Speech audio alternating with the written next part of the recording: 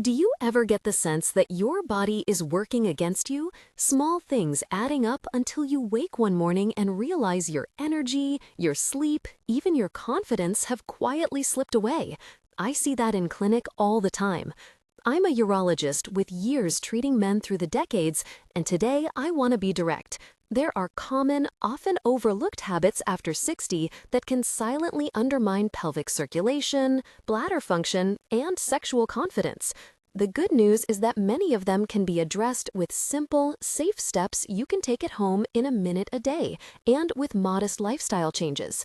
Stick with me. I'll show you what to avoid, why it matters physiologically, and a 1-minute clinician-safe routine you can start tonight. Before we begin, if you want to keep this practical series coming, take a moment to like this content and subscribe. And if you've noticed any of these issues, leave a comment telling me roughly where you live, city, state, so I can tailor future tips to the things men in your area ask about most. Now, let's get into the 7 mistakes that are quietly harming older men.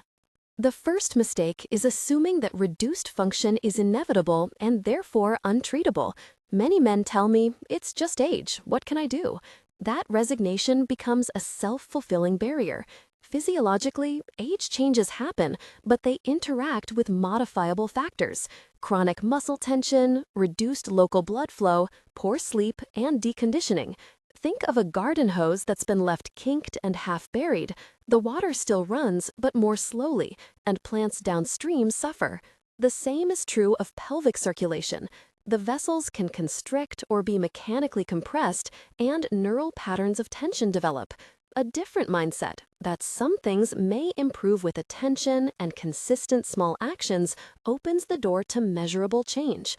In my experience, men who accept that prospect and act on it tend to see better outcomes than those who only wait for a pill or a single test. The second mistake is prolonged sitting without breaks. Sitting for long stretches, at a desk, in a car, or in front of the television increases pelvic muscle tension and compresses blood flow to the perineum. Blood vessels are responsive. When you move, tiny endothelial cells produce nitric oxide, a molecule that helps dilate vessels and improve perfusion. That's basic physiology. Movement stimulates circulation and helps keep vessels responsive. Clinically, I ask men to notice how many times they rise each hour. Small changes, standing for a minute every 30-45 minutes, a short walk after meals, or switching to a standing surface for part of the day, all reduce the traffic jam of stagnation. One patient in his early 60s who worked from home and routinely sat for 6 to 8 hours reported that simply getting up every 30 minutes and walking for 2 minutes cut the frequency of nocturnal awakenings and reduced a sense of pelvic pressure. This is not dramatic medicine, it's practical medicine. The third mistake is over-reliance on medications or supplements as the sole strategy. Medications have an important place, but they often work best when combined with basic mechanical and behavioral strategies. Some supplements and unregulated products promised quick fixes. Many are unproven and can interact with prescribed drugs. I always tell patients, don't abandon prescribed therapies without consulting the clinician who manages them. Instead, view medications as one tool in a toolbox that should include movement, sleep hygiene, nutrition, and targeted physical self-care. Men who combine approaches typically report better satisfaction with outcomes than those who wait for a single silver bullet. The fourth mistake is neglecting pelvic mobility and gentle self-care. The pelvic floor and surrounding tissues can become tense and guarded with age, injury, or chronic strain. That tension can restrict blood flow and alter nerve signaling. Gentle, clinician-guided self-massage and mobility work can help remind the body how to relax and improve local perfusion. I'll describe a specific, safe 1-minute routine below, with exact timing and pressure cues, but first, a brief note about safety. This technique is superficial, non-invasive, and designed to be gentle. It is not a substitute for medical evaluation. If you have recent pelvic surgery, active infection, cancer, bleeding disorder, or unexplained pain, stop and see your provider before attempting. If anything feels sharp or causes bleeding, stop immediately. The fifth mistake is ignoring bowel habits. Chronic constipation and straining place sustained pressure on pelvic structures and can alter the position and function of the pelvic floor. Over time, this adds to tension, reduces effective circulation, and can exacerbate urinary symptoms. Simple dietary adjustments, consistent fiber intake, adequate hydration, and modest physical activity often make a meaningful difference. We teach patients a combination approach: small increases in fiber, fruits, vegetables, whole grains, timed movement, a short walk after breakfast, and a bathroom routine that allows for relaxed, unhurried positioning. Avoiding chronic straining reduces mechanical stress on pelvic tissues and can help normalize nerve signaling.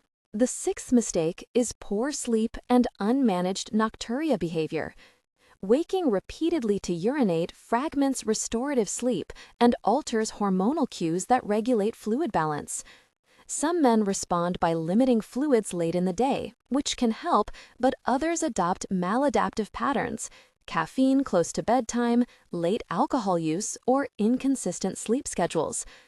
Better sleep hygiene, consistent bedtimes, avoiding stimulants late in the day, and a 10-minute wind-down routine can reduce nocturnal awakenings. In some cases, nocturia has a medical cause and requires evaluation. In many others, improving sleep and circulation reduces the frequency gradually. The seventh mistake is skipping evidence-based physical activity and breathing work. Aerobic movement and slow, diaphragmatic breathing are simple boosters of circulation and nitric oxide production. Even 10 minutes of brisk walking stimulates systemic endothelial function. Added to the daily 1-minute self-care practice, it creates a multiplier effect. Breathing exercises, described below as a 4-2-6 pattern, reduce sympathetic tone, lower pelvic muscle guarding, and enhance the effect of self-massage. A brief clinic exchange illustrates how these pieces connect. "Doc, a man in his late 60s told me during a routine visit, 'I thought once I hit 60, this was the end game. Pills had to fix it.'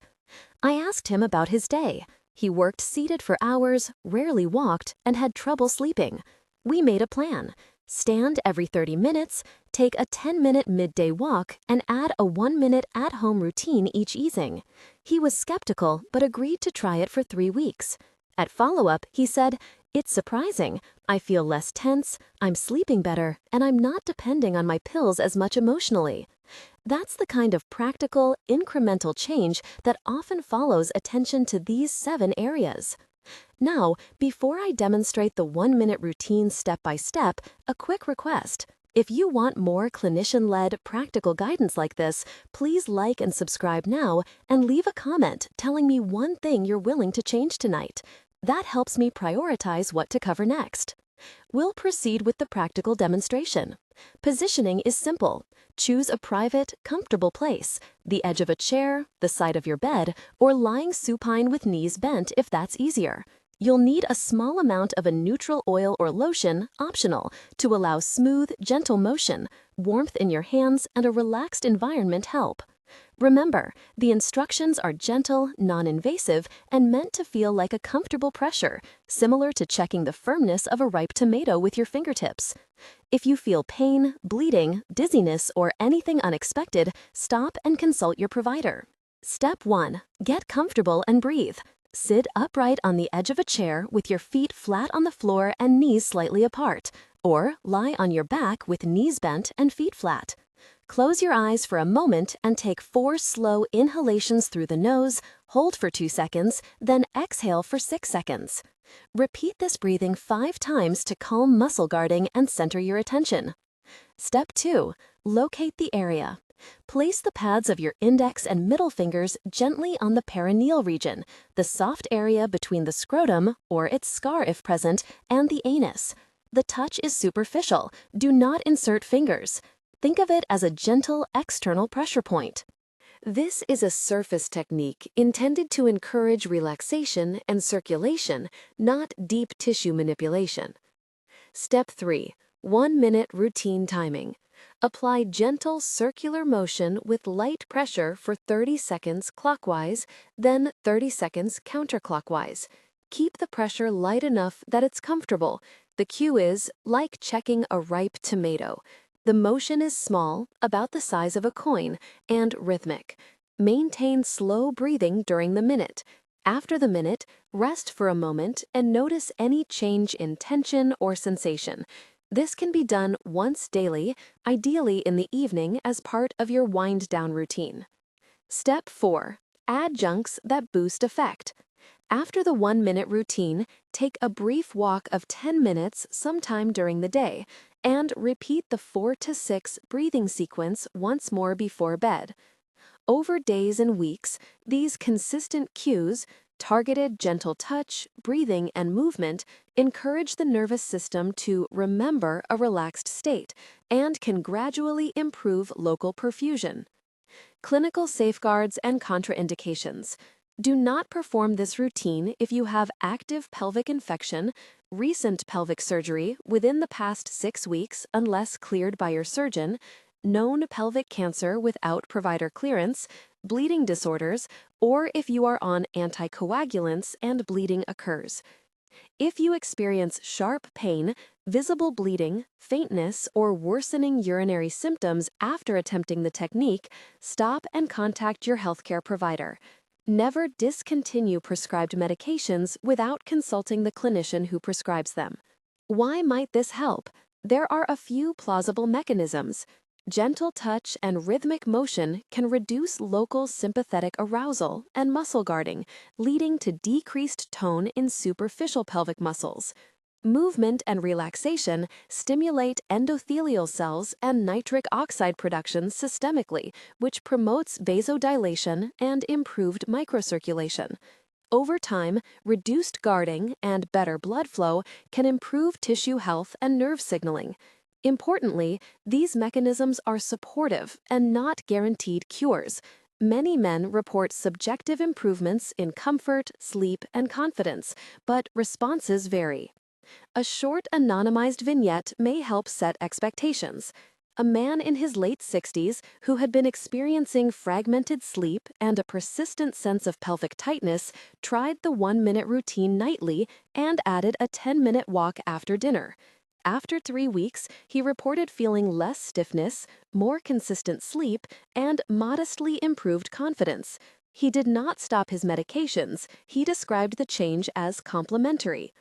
Another patient in his 70s said the breathing exercises alone made a difference in waking less frequently at night. For him, reducing late-day caffeine and doing breathing before bed lowered nocturia episodes. Common questions I hear. How long until I notice anything? Expect days to weeks.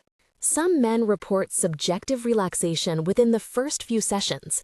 Measurable changes in sleep or urinary frequency often require consistent practice for several weeks. That's why I recommend a 3-week commitment. It's enough time to allow nervous system retraining and to begin seeing patterns. Another common question is about frequency. Once daily for 1 minute is the minimal effective dose in my clinical experience. Some men do the routine twice daily and report additional benefits, but start with once daily to build consistency. There are practical points that reduce risk and increase adherence. Keep sessions short and predictable. Same time each day helps create a habit. Do it in a private, relaxed setting where you won't be interrupted. Use a small dab of oil only if friction is an issue. Otherwise, dry touch is fine. Keep pressure light. Discomfort is a signal to stop. And pair the routine with a brief walk and bedtime breathing. Those adjuncts amplify the physiological effect. Beyond the technique itself, address the broader 7 mistakes we discussed. Set alarms to avoid prolonged sitting, schedule a 10-minute walk daily, improve sleep hygiene, manage bowel habits to avoid chronic straining, view medications as part of a broader plan, and maintain a mindset that improvement is possible. Small, consistent actions stack over time. If you're unsure whether this approach is suitable for you, schedule a conversation with your primary clinician or a urologist. Bring a short history, recent surgeries, bleeding tendencies, current medications, and any pelvic pain. This routine is educational and self-care oriented. It does not replace diagnostic evaluation when symptoms are severe, new, or rapidly worsening. As you consider starting tonight, pick one change: the 1-minute routine, a 10-minute walk, or the breathing exercise. Which one will you try first? Commit to it for 3 weeks and note any changes in sleep, comfort, or confidence. In the next segment, I'll cover 2 practical boosters you can add after the initial 3 weeks, including safe strengthening progressions and how to adapt the routine if you have common comorbidities like diabetes or prostate enlargement. For now, close your eyes, take 4 slow breaths, and decide which small, consistent change you will begin tonight. After you've given the initial routine 3 weeks of consistent practice, it's reasonable to add one or both of 2 practical boosters. They are designed to build capacity without provoking guarding or harmful strain. 1, a safe strengthening progression for the pelvic floor and adjacent muscles, and 2, simple adaptations when common comorbidities are present: diabetes, prostate enlargement, recent prostate procedures, anticoagulation. Use these as stepwise options. Not everything applies to every man, and always treat pain, increased bleeding, or new neurological symptoms as signals to pause and consult a clinician. Booster 1. Safe strengthening progressions. Goals: increase endurance and quick responsibility of the pelvic floor, integrate the pelvic floor into functional movement, and reduce maladaptive bearing down or breath holding. Principles to follow. Start from a baseline of relaxed breathing and minimal external tension. If you feel anxiety, clench your jaw, or tighten glutes, stop and reset.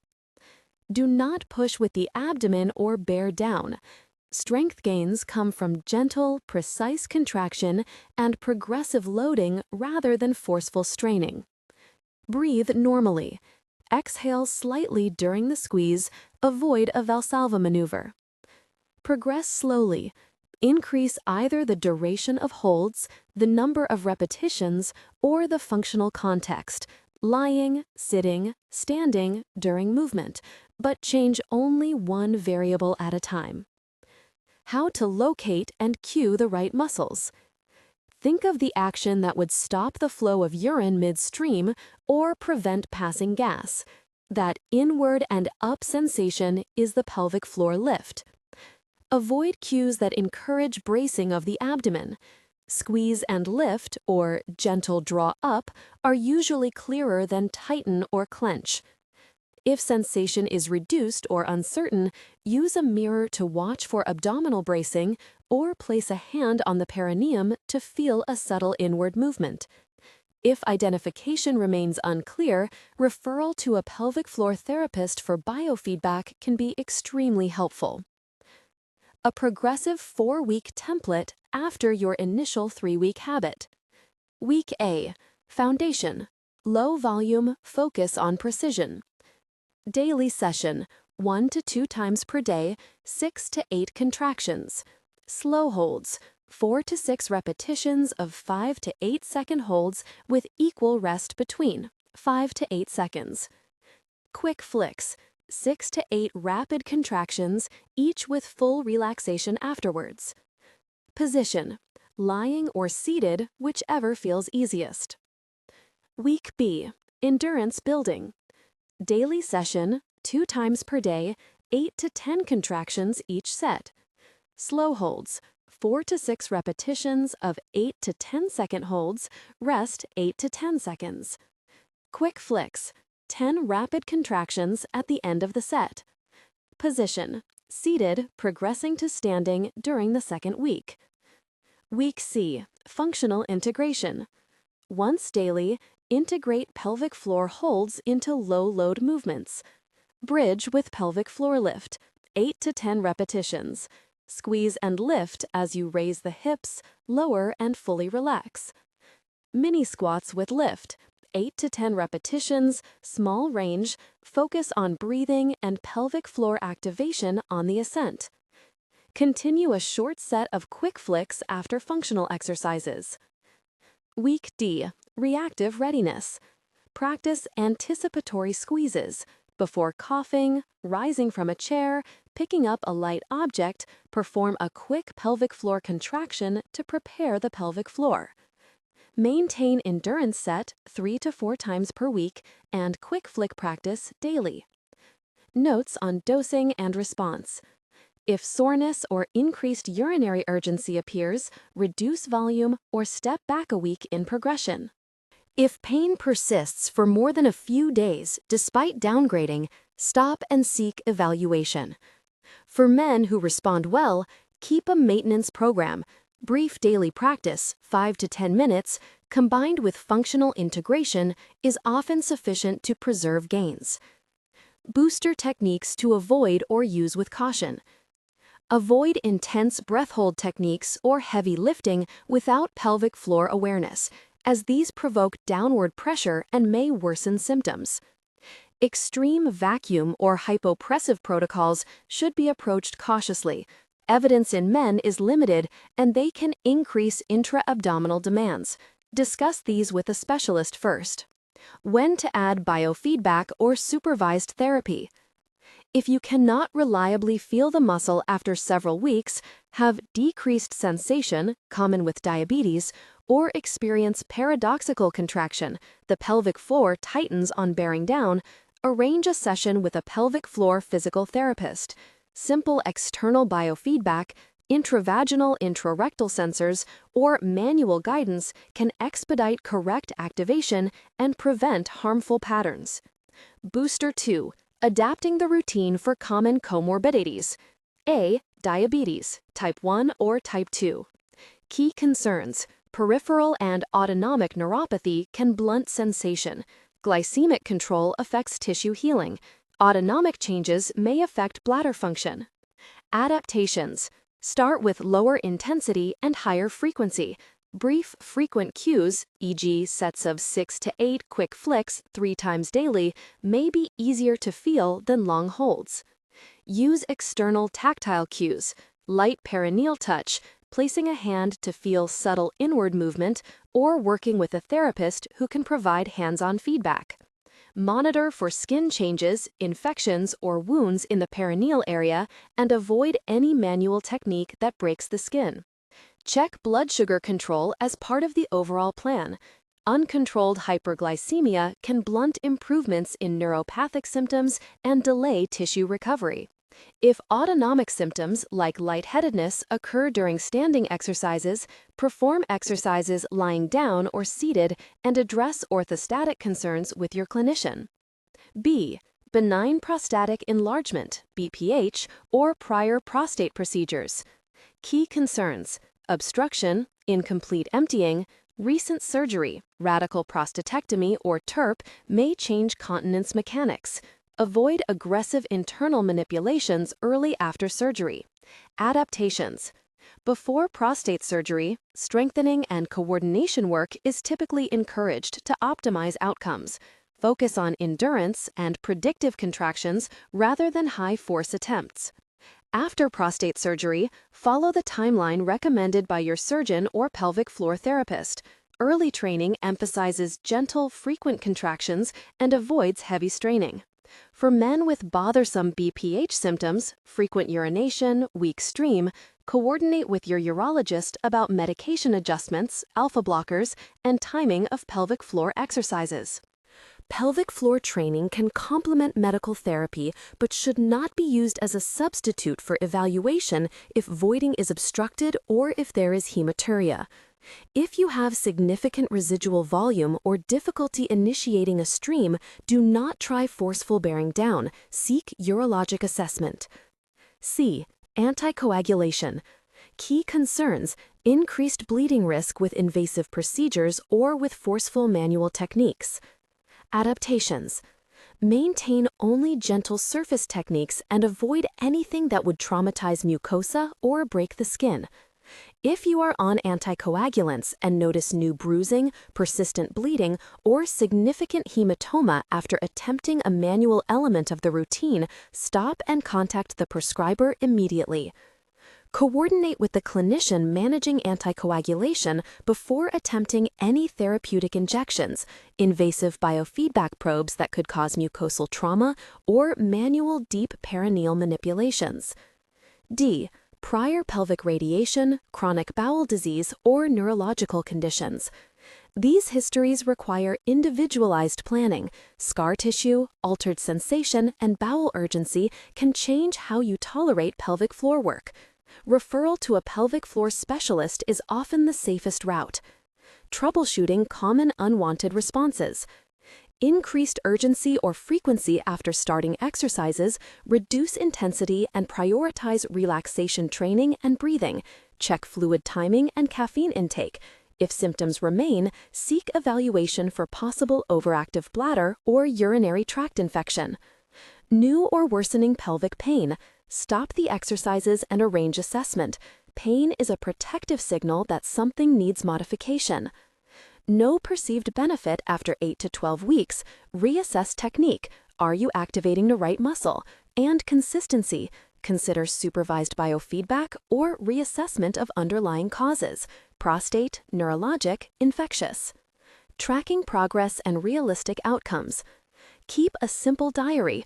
Record nights you wake, number of voids, episodes of urgency, pad use, and perceived pelvic tightness. Small, consistent gains compound. Improvements often occur gradually.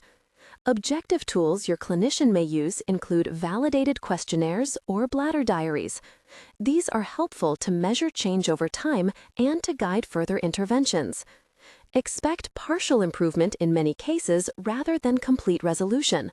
The aim is improved comfort, fewer sleep disruptions, and better confidence managing daily tasks. Some men achieve excellent control, others require ongoing multimodal care. When to escalate care. Any red flag sign, frank hematuria, severe acute pain, loss of bowel or leg sensation, sudden significant weakness, or worsening neurologic signs warrants urgent medical review.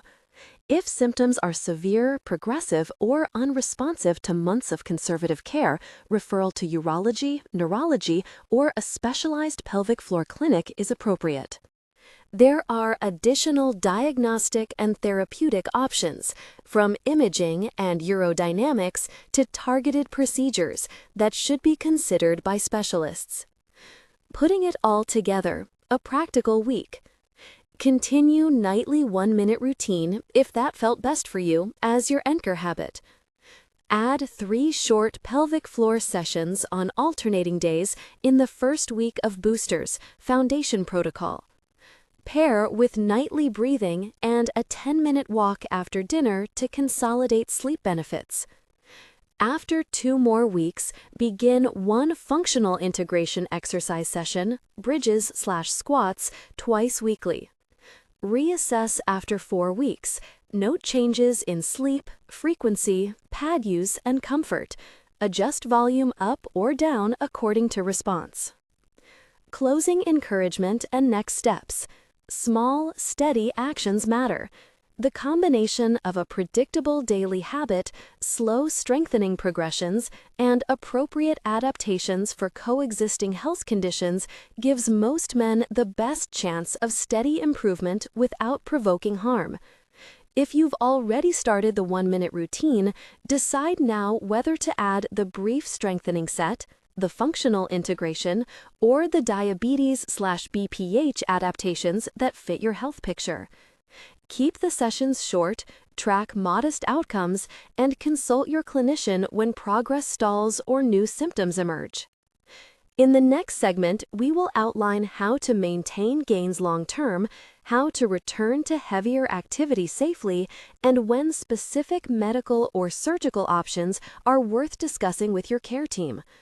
For tonight, pick 1 booster you can commit to for the coming 2 weeks and note how your sleep and pelvic comfort respond.